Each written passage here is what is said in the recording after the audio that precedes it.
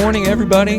This is the Purpose Podcast. I'm Gordon. And I'm Matt. And we are here to help business owners all over the world and the country and the universe live with intention. More specifically, Raleigh, North Carolina. Specifically, Raleigh. I suppose we'll start there.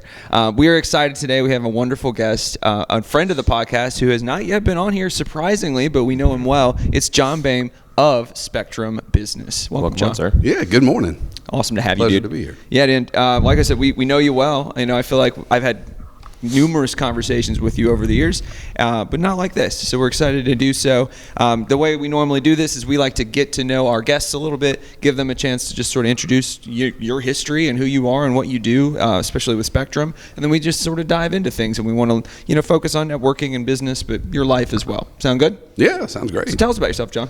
So, I work with Spectrum Business. I'm kind of the guy that would be the liaison for all things Spectrum. I go out, beat the streets. Sometimes we call our team the street fighters, but okay. I'll go out and I'll meet local businesses, be kind of the face of the brand, let people know all the different services we have available to them, make sure they get the best promos and deals, right. And that they're taken care of. Also, I deal with the tech teams and the construction team, so I'm kind of like your liaison, if you will. Let's say you were building a new building and there was a construction project and it's going to be, 6 months out before your fit-ups are done, right? I would be also the guy that would kind of guide that process, get you in touch with them, go ahead and make sure that you're on time for your internet delivery. Interesting. Yeah. And so, I think a lot of people probably call the main number, right? Mm-hmm. And then they don't think about having somebody as like an account manager or somebody that's kind of, a project manager helping them with that process. Mm-hmm. What is one of the biggest benefits of having that actual human rather than calling like the main line? Oh, there's a ton of benefits. Patty Red was a manager. She works down in the Myrtle Beach area now, but she had one of the best phrases. She goes, call the 1-800 number and you're just a number. Mm-hmm. Because if you ever have an issue and you call back, you're getting a different person every time, right? Yeah. So you're retelling the story of what you're going through, rehashing everything out. Time is money. Business owners don't have time for that. So I would recommend, just for that fact alone, that any business person try to find your local person, Mm-hmm. and it doesn't matter what brand it's with, our competitors, ourselves, anybody. There's always going to be a local advocate out there for you, and that's who you should work with. Also, making sure that you get the best white glove treatment, right? Mm-hmm. I can go in, I can look at the building, I can help you decide, I have some networking background, I can decide, hey, well, this building's really large, the Wi-Fi might not be far enough to spread with one unit, maybe we should do a multi-unit, or I can give suggestions, and help out. And maybe, your business needs an IT guy. Well, I network, I can, offer up maybe Rich or Steve's services out of our group, or sure. somebody I know to help out to get that done, because I know people, because I'm constantly meeting with all new different types of businesses all the time. So I can be a connector and a networker for that business owner as well. Not to mention the promotions. I'll make sure that you get every promotion you're supposed to get, because a lot of these big companies, they'll stack promotions, right? Mm-hmm. Like right now in mobility, you can get up to $500 in gift cards. You can get free installation if you're getting, your cable service, stuff like that. I have to write a letter for it. You're not going to get it more than likely on the 1-800 number, but I can get it for you. So there's a lot of things that we can do just depending on what promotions are going on at the time. And so it typically makes economic sense to also go find a local rep too. Yeah. It's not like some, hugely big expense that's adding a ton of cost to your account. Right. And it's consultative sales too. Like you might not know what speeds and feeds you need, right? Mm-hmm. And you may overbuy or you may underbuy, and we can make sure that you're buying the right amount. Or you may need to be pushed to maybe an enterprise solution because you're a little larger than what a small business solution can provide. So we can help guide that process, make sure that you're getting into the right product line, service line, and that you're getting the service that you need. Yeah. Outstanding. Well, it's good to know that. There's a lot of folks that we've had on the podcast too that really kind of try to speak and cater to that white glove service as well. And so I'm glad you mentioned that. But I know I'm probably not the only one who just really looks forward to hitting 0 on the keypad saying, speak to representative as quick as possible. So It's great to know that's part of the process too. Mm-hmm. Yeah. John, can you tell us a little bit about, because we know your background because you've spoken with the group before, but for those who listening may have not have seen or met you before, did you jump right into Spectrum in the very beginning of your working world, or how did that become to be where you are right now? No, honestly, it was kind of a wild process. So I've been in sales, some form of consultative sales, the majority of my life, besides starting, fast food at 14 like a lot of kids did, but, Sure. About 17 years old, started out, in Best Buy selling electronics. But I was never the quintessential extrovert salesperson that you would have expected to go into sales. Growing up, tough times, single parent mother, grew up in, some neighborhoods that were, tough and, kind of got bullied a lot. I was like kind of a scraggly guy. You wouldn't think that seeing me on camera now. I'm kind of a big fella. Yeah, but, you're like you're imposing in some ways. Exactly. And, so I got bullied a lot, actually. And then, in high school, I just trained in weights a lot until I became the biggest guy around, or one of the biggest guys. You were motivated to do so. I was motivated to do so, and it was out of anger. It was out of the wrong motivation. But I never wanted to ever hurt anybody. I never wanted to be like, the bully or whatever. I just wanted people to leave me alone. So I got into, the weight room and got real big and stuff like that. And then it went from, being, the guy that was bullied or whatever to being, oh, that's the big guy. He lifts all the weights. He's a pretty big guy. But I was still socially awkward, right? I didn't know where I fit in the world, still finding my way, as a lot of teenagers and adolescents do. Yep. And, I go into, I was working fast food as a grill cook. I think Fuddruckers at the time. And, Yes. I was like, I really want to go work at this electronics store because I had been playing with electronics since I was like 14 years old, And I want to dive into that too, because that's become like Yeah. a real hobby, like more than a hobby. Yeah, for you. it is. It's pretty wild. So I was like building like little stereos and stuff, and a lot of the kids at school would help, get me to help with their audio systems in their cars and stuff like that. Nice. And so I really wanted to work at an electronics store, and so I went in. My mom said, "Well, if you really want to work there, then fill out an application, go in there, and get you a part-time job." And went in, put in my application, crickets, nothing, And then, I go in and, my mom said, well, if you really want that job, you need to go in every 2 weeks and just check on the status of your application. She goes, if you check on the status of your application, then, maybe they'll bring back attention. Because I saw, in the paper or whatever that they were, looking for people. Right. But again, I'm getting crickets. So I go in 2 weeks later. I go in there 4 weeks later. I go in there 6 weeks later. I go in there 8 weeks later. And finally somebody comes up to me and they say, okay, we'll give you a job, but you can't just start in sales. You got to start at the register line. And if you do good, selling these, extended warranties, Right. and that's a curse word to some people, but they do help actually. If you sell these, They have a use. they have a use They are on the right things, right? Without a And doubt. so they said, if you sell these, extended plans or whatever, and you do well at it, we'll move you into, selling in the rest of the place. And so I get it there, and I learned the brochure backwards and forwards. I can still recite it to this day, covering heat, dust, humidity, normal wear and tear, and power surge. And so I would sit there and I would look at whatever product came through the line. I'm like, oh, you're getting a Discman. That's very portable. It has a lot of moving parts or whatever. I would highly recommend getting this plan, because if something happens to it and you're taking it everywhere, it's portable. We can get you a new one. You just bring it in and it's not working, whatever. And I just was good at relating to the product and relating to the person using the product. So I kind of put Not just two and two straight up together. selling them the extended warranty. Yeah, not just straight up selling the features and benefits of the warranty, but relating it to the product and relating it to the human being that's using the product, right? Right. And so I got really good at that. And before long, I had actually outsold the entire department Nice. on those, and so people were And like, you're a "Man." kid at this point, right? Yeah, I'm a kid. I'm You're like 16, 17 years yeah. old, and I'm part-time, and I'm outselling the entire department, including the full-time employees. And, the ops manager's like, I don't want to get rid of him. He's making the register team look great, Right. And Freaking then rainmaker over here, The sales team's like, no, we need to bring him over here Yeah. because he's good at that, and he fighting needs to over you at start that selling point, the more finite service, Yeah. plans or whatever. So I go into like an audio department, and I was the only part-timer that hit like the top 8 group. And that's who they used to take out to like steak dinners and all that kind of stuff. There you go. And all the other guys are full time. So I'm sitting there, like, man, for a socially awkward kid that, had a hard time at school, here's a place where I was, starting to become a champion. And I remember we had a pet rally at the end of the year where they had, a big hoorah for the store and all that.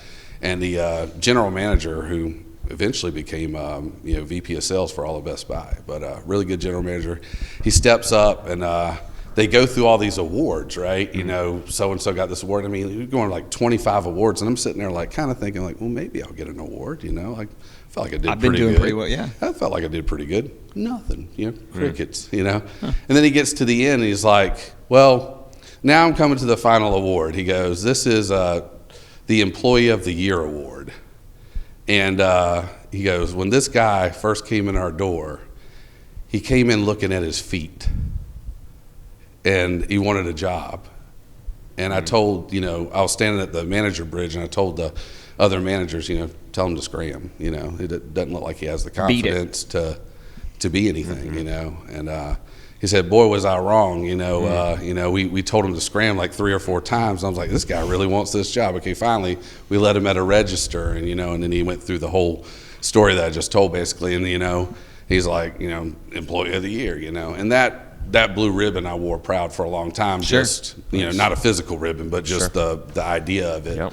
And I was like, okay, well, maybe I am, you know, good at something. I'm good at relating to people. I'm good at, you know, building rapport. I'm good at, you know, explaining things, you know. And so I started to find this niche, but I wasn't naturally a salesperson to begin with. I wasn't a self-promoter or self-branded to begin with. I was just this humble creature that really wanted to help people and saw value in things. It sounds like your superpower. I mean, the phrase says like cream rises to the top, and it sounds like you really outshone a lot of folks really quickly in that department. So that's really cool. That's awesome. Yeah, what a cool story. Yeah, became the youngest supervisor in the company at 19 years old. Grand opened the Wilmington store. Wow. Did some cool stuff with that, and then went on back to college to finish out my degree at Campbell University. Nice. Excellent.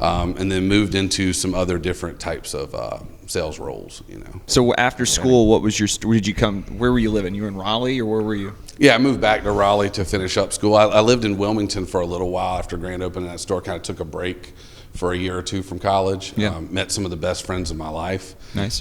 People that didn't know my past history, so you get to start with a clean slate, which is great. Yeah. Recommend it to a lot of people that are in their, like, out of high school or in their early 20s and kind of want to reinvent themselves and find who they are. You know, move away from home and find a new set of friends, and you'll eventually find, you know, where you fit in, you know. You are what you create at that point. Yeah, exactly. You're brand new. Nobody knows your past or anything, and a couple guys took me in, and you know, we had a good time, and it was great. Yeah, That's really cool. yeah. We call them the 219 boys. We still meet up every so often. Back in Wilmington, we'll bring a bunch of. Now they have families and stuff. It used to be like 20 of us would come back to the beach from all over the country: Atlanta, New York, California. Oh, nice. And we would meet for Memorial Day, and then now a lot of them have families and stuff like that, so it's grown. You know, it'd be like 40 people and whatnot. COVID kind of put a damper on it for a little while, but we're trying to build it back up and get it to where we have reunions and meet again. But sounds fun. A lot of great memories of that college age. You know, Yeah. a lot of great friends. Heck yeah. And so then after Wilmington, you moved back here, you finished school, come back, and then how did you transition out of the electronics world, or were you still in it for a while? How did you get into? Yeah, I helped a couple of cell phone companies develop sales plans. You know, even wrote some of my own sales pamphlets of how to sell. You know, and you kind of build off some of the things that I had learned. And then I went into some distribution type jobs, like with Handelman Company, where we distributed all the music to Walmarts and Best Buys and Targets. And then I had like the CDs and stuff? Yeah, while I was in college, I was actually a manager for Handelman, and we delivered all the video games, all the CDs. They all came in Handelman boxes, software, stuff like that, your TurboTax. And then they also represented brands like Duracell and Gillette to make sure that the products got launched in the stores were on the end caps or wherever they were supposed to be. Oh, okay. And so they have exterior reps that do stuff like that. And that company at the time, that's what it did, And so I was part of that, part of the Gillette Fusion launch. Everybody knows those razors. Vivendi, Universal, all the different CD companies. We just made sure their stuff was. Oh, in the Handelman is Handelman Music Group, right? Yep. Okay, got it. Yeah. Yep, Handelman Company, yeah. And they, like I said, they bought out other companies that did merchandising and kind of made them all under one umbrella.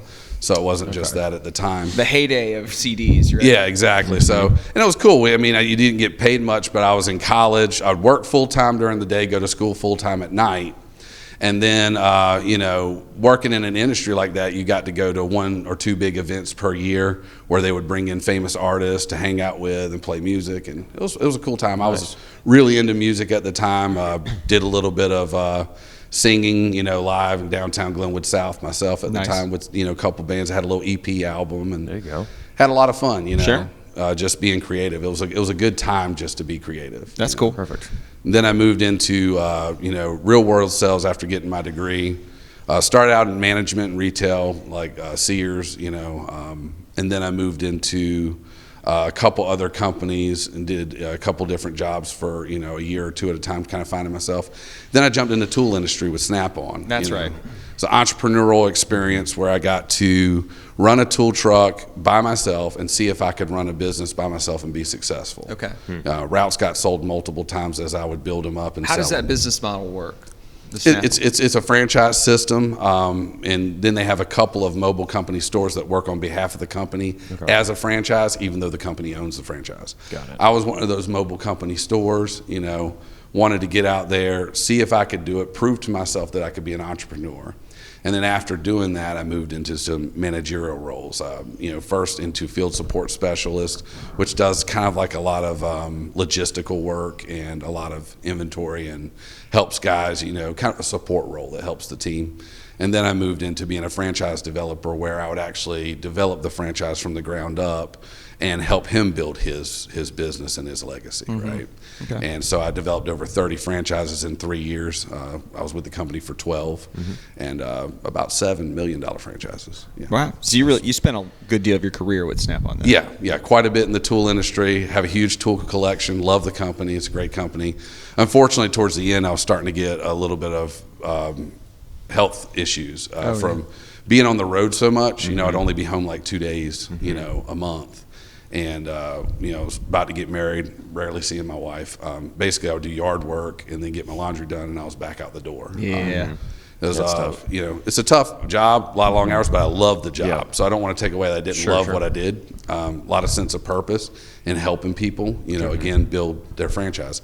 But at the time, I started running into some arthritis, health conditions, some rheumatoid conditions, and it was getting hard for me to function. And then I was also eating bad because you go into small country towns and it's a food desert, and you're trying to get in front of a customer every 8 minutes. You don't want to take a quick lunch because time is money. You're trying to keep the franchises on the road, and you're eating at Hardee's or Subway Lots or of fried whatever. stuff. Yeah. Yeah, a lot of bad foods, and it was just exasperating the situation. Sure. So one of my buddies looked at me one day and he's like, "Dude, I know you love your job. I know you're dedicated to that company, but I'm worried about your health. You need to, get out of this, and you're about to get married, So literally, Good friend. I got married, and the day we finished my honeymoon, I started with Spectrum. He worked at Spectrum. He pulled me in. Started out, learning about prospecting, which is it's totally different than sales. Let's look at sales. Sales is a process of meeting a person, building rapport, relating to them, qualifying if you're consultative, right? That you get the right stuff in their hand, recommending something that they like, and then ending the sale, closing it, right? Prospecting is just finding the person to talk to, right? And so now I had to enter a new realm. I'd never prospected before. Okay. And so that's what I started doing with Spectrum. Now I'm learning a lot about that process, how to network and meet people, which brought me to P&G, right? Yep. How to network, find people, how to relate to people in a different way, how to keep that door from being slammed in your face before you can say, hey, I'm here to help, right? Those kind of things. So now I'm prospecting a lot. Gotcha. Timeline-wise, you said you were with Snap-on 12, 13 years, correct? Total? Or? Yeah, it was probably like just under 12. Okay, so when did you transit, I guess, from this point, how many years ago did you make the transition over to Spectrum? So I was with Spectrum for a year, did really well as a rookie, on my team. And then I was drafted to AT&T. Okay. And I had a kind of like a year contract. I had a sign-on bonus. If I didn't, stay for a year, I had to pay it back. So I stayed with AT&T for a year. They have some good products, great people, but I felt like Spectrum was more of a fit for me, the team that I was on. So I went back to Spectrum just because I felt like it was a better fit for the way I like to do business. Sure. Yeah. So came back to Spectrum a few months ago. It's a good thing you got to get back, Yeah. Go back to the old team. So you said you got married before all this. Where'd you meet your wife? What's that story? Yeah, so you know, I met my wife at a Durham Bulls game. Yeah. Yeah, Ballsy, So, dude. Yeah, she's a big baseball fan. She loves you know, making when she was growing up, going to high school, she was known as the brownie girl. She would make brownies for the baseball team. You know? Nice. Fun. And so she's a sweetheart. You know, she's one of the people that kind of keeps me strong. If I could say anything about, you know, my wife, would be the fact that if you've ever heard the country song "She Thinks I Could Rope the Moon" by John Michael Montgomery, like my wife is like my biggest fan. Like she'll, you know, if I say something like, you know, well, if I can get this accomplished, we could be here or whatever. She's like, when you get this accomplished, we'll be there. You know, like That's awesome. she believes in me to the utmost. You know, and in a time where you grew up and you weren't quite sure who you are, it had a good foundation. You know, she's my rock. You know, Yep. she helps me with that. So it's That's really cool. excellent. Yeah. And she's Wonderful helped person. get you to where you are now, which is a successful Spectrum, salesperson, consultant person. So what's been the hardest thing about going from Snap-on and the tool world to the telecom world? Because there's a lot to learn, I'm sure. Has there been a transition that's been difficult, or has it been pretty seamless for you? Well, with my hobbies kind of being in electronics, Yes. you know, always, you know, innovating, learning, working for an electronics retailer in the past, you know, and always kind of keeping up on a lot of those goods. Moving into a technical field, it wasn't that hard. Yeah. As far as like learning how networking equipment plays together, you know, how a router, a firewall, a modem, or, you know, any of these things play in a network, very easy for me to pick up very quickly, you know. So I'm one of those guys that if I come to help you, I can also give some advice in those arenas, you know. Obviously, if it gets to an engineering perspective, I'm going to hand you over to somebody that has a much higher knowledge than myself, but I have a good foundation and basis. So learning the tech stuff wasn't hard. Prospecting and finding the customers is probably the hardest part. Your biggest competitor is actually your own company because they have an inbound team, they have an outbound team. You know that you offer a great portfolio of products. I mean, we offer television. A lot of companies don't offer that anymore. We offer internet, we offer phone lines, we offer, you know, some other solutions and, you know, security and things like that if you need it. And we also offer advertising. I mean, you know, mobility, you know, if you want, you know, cell phones, you know, we're currently the #1 secondary provider. You know, you got your big three, right? Everybody knows, you know, your Verizon, your AT&T, and T-Mobile. But, you know, you have, you know, these resellers of those brands, right? You know, everything, you know, everybody's seen the commercials for, you know, Vision Wireless or Metro PCS or this. They're all resellers of a main brand with some sort of angle. And Spectrum's actually voted the #1 of those type of carriers. I didn't know that's how that worked, I guess. Yeah. Like Mint Mobile. I'm just like, Yeah. Ryan Reynolds is selling it. Must be good. Yeah, exactly. So we're the #1, you know, from a customer satisfaction perspective, you know, and they're doing something interesting with that network. It's really cool. A lot of people don't know about. When you go downtown, like if you're in North Hills or if you go to, you know, downtown Durham or something like that, if you pull out a typical Verizon or AT&T phone, and let's say they're getting like 5G, right? And they're pulling, you know, 25 or an 80 megabit per second, you know, kind of downstream, right? And you're like, oh, I'm getting pretty good, right? You pull out a Spectrum phone, all of a sudden it gets 400. You're like, well, how's that? You know, even its provider that it gets service from, you know, which is, you know, the best in coverage, right? And everybody knows who that is. You're like wondering, well, shouldn't it be getting the same as that? But what they've done is they've put these hotspots in businesses that they offered for free for like 5 years.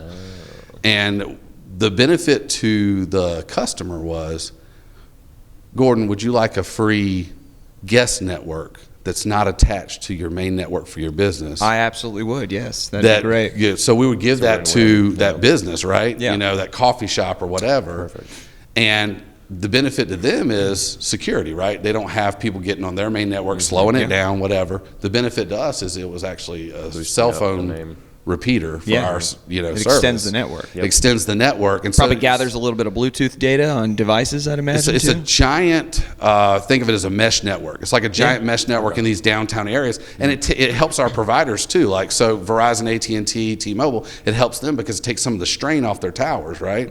But then it also boosts the speed of our customers. Interesting.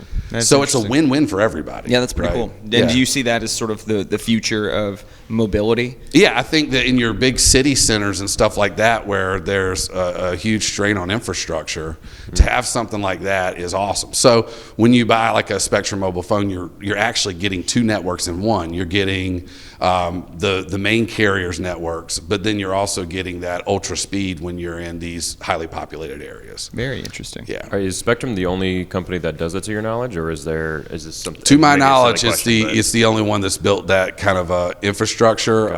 In other parts of the country where there might be like other cable providers that maybe offer a similar mobility service, there may be something that they do, but I'm not sure. I know that a lot of the smaller carriers, they just use whoever the main provider is. They don't have that secondary network to boost Which makes your sense. speed. That is a benefit, I guess, of Spectrum being also a cable and internet provider. Yeah, is that they have that infrastructure in place. That makes sense. And that's another thing that I want to play to is that, you know, a lot of people, when they hear cable, they hear, you know, with some of the newer technologies and fiber coming out, they think, well, is my cable going to, you know, stay in the landscape of things? And when they build brand new neighborhoods, they're going to put fiber in, because it's just, since they're already laying the foundation of the whole neighborhood, they're going to go ahead and put fiber in. Spectrum's doing that too. It's not just AT&T or Ting or any of these other companies that are offering fiber. We offer fiber as well to the premises. But if it's an older neighborhood, we're using that cable infrastructure so we don't have to tear up your whole neighborhood. Got it. We can use that cable. And I got some interesting news for you.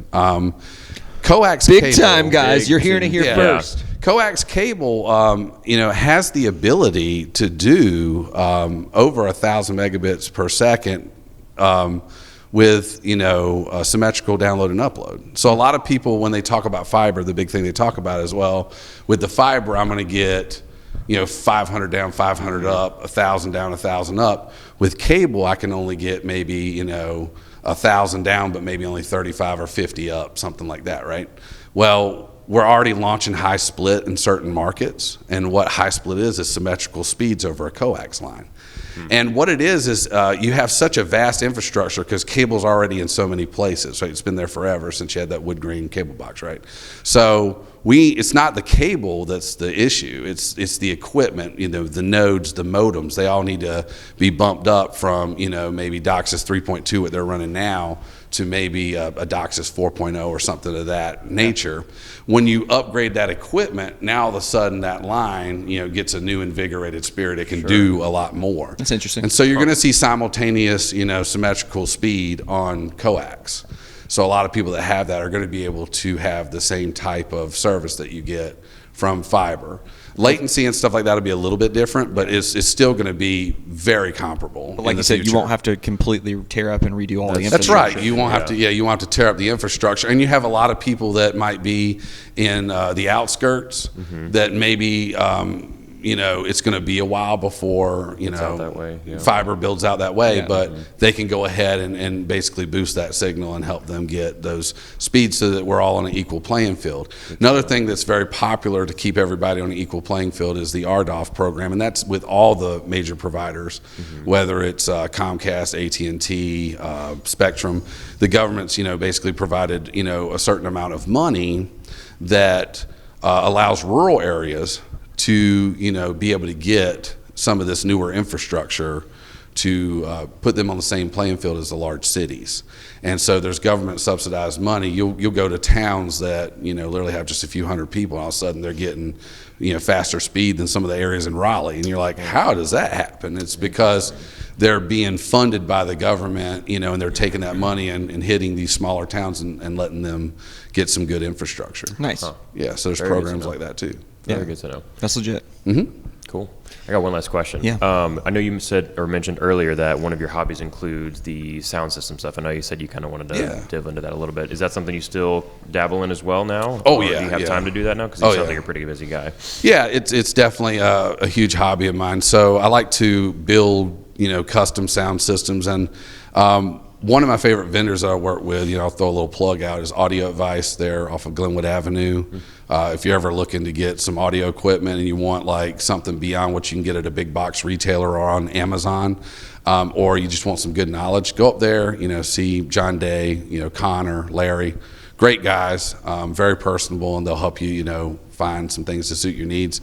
If you're in our group or you know me, then you can reach out to me. I like helping people and guiding them through the process of building. If you have a passion for movies, video, or music, and you want to build a really good sound system that's beyond what the normal realm is of a big box retailer, then I can help guide you in that, because I love doing it. I've built several systems throughout the years. I've always bought, sold, and trade, and now I have world beater systems that are beyond what I deserve, to be honest with you. I remember you were talking about some like speaker set that you have that's just incredible, right? Like you have a special set of speakers. Yeah, I do. I have a special set of speakers that they make the nicest speakers in the world. The company, actually, I never thought I would be able to own a pair of them.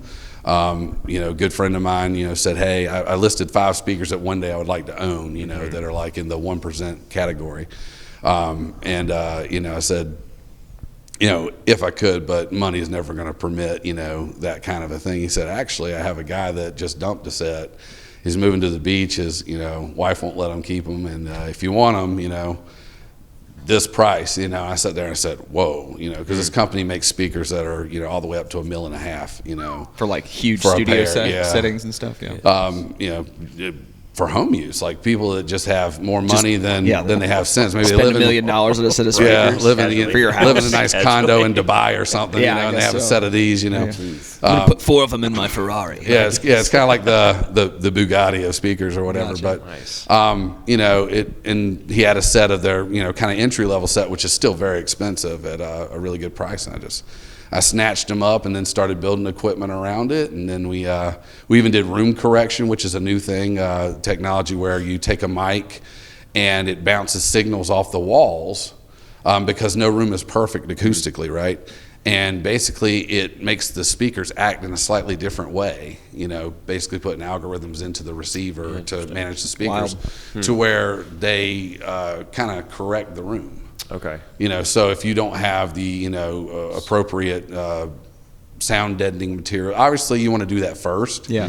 As much room correction on your own as far as putting up, bass traps or putting up, draperies or things that can, kind of reflect the sound and absorb the sound correctly. But once you've done all that, still the room's not perfect, right? And so then you basically run this software, and the microphone measures the room, and it basically corrects the way the sound waves. Wicked cool indeed. Cool. That's really neat. So it changes the whole detail in the sound stage and stuff like that. Gordon, I know you're in music. You should come by and check it out sometime. I think I will. That sounds fantastic. You would enjoy that. Yeah. Sounds very fantastic. But I nerd out on the audio equipment. No, dude, that's cool. And I mean, that's part of what makes you a special person at Spectrum too. I'm sure is just your passion for technology and for learning things and being knowledgeable. So that's awesome. So Most definitely. We certainly appreciate that. How can people learn more about your service and how to contact you? Yeah, so John.Bame, that's B as in boy, A, M as in mom, E as in Edward, at charter.com. Charter owns Spectrum, same company. Gotcha. But you can reach me out at email. You can reach me through the PNG group. I'm on the webpage. Anything that you guys need, I just love helping people out. Sweet. Making sure that they get the best deal and a good, honest representation of what they need. Sounds fantastic. Yeah. Well, we appreciate you being on, John. Really do. Seriously. It's a very nice chat. If you want to learn more, please, contact John for information on Spectrum. If you want to meet us in the group, please come on down to this is Capitol Boulevard off Crabtree, or Crabtree off Capitol Boulevard. That's right. Excuse me. That's right. Raleigh founded. We meet Wednesday mornings, every second, third, and fourth Wednesday of the month. The first Wednesday we have a evening social from 5 to 7 at Yard House in North Hills. You guys are welcome to come to that. Yep. But the group's really all about the mentality or the motto of the being a go-giver instead of taking and trying to sell as much as you can, instead of giving and helping out other folks as well. That way you get helped as well. That's the most genuine representation of that. So we'd love to have you out. And this is, your latest episode of the extension of that group. So absolutely. Thank you so much. This has been the Purpose Podcast. Have a good day, guys. Take care.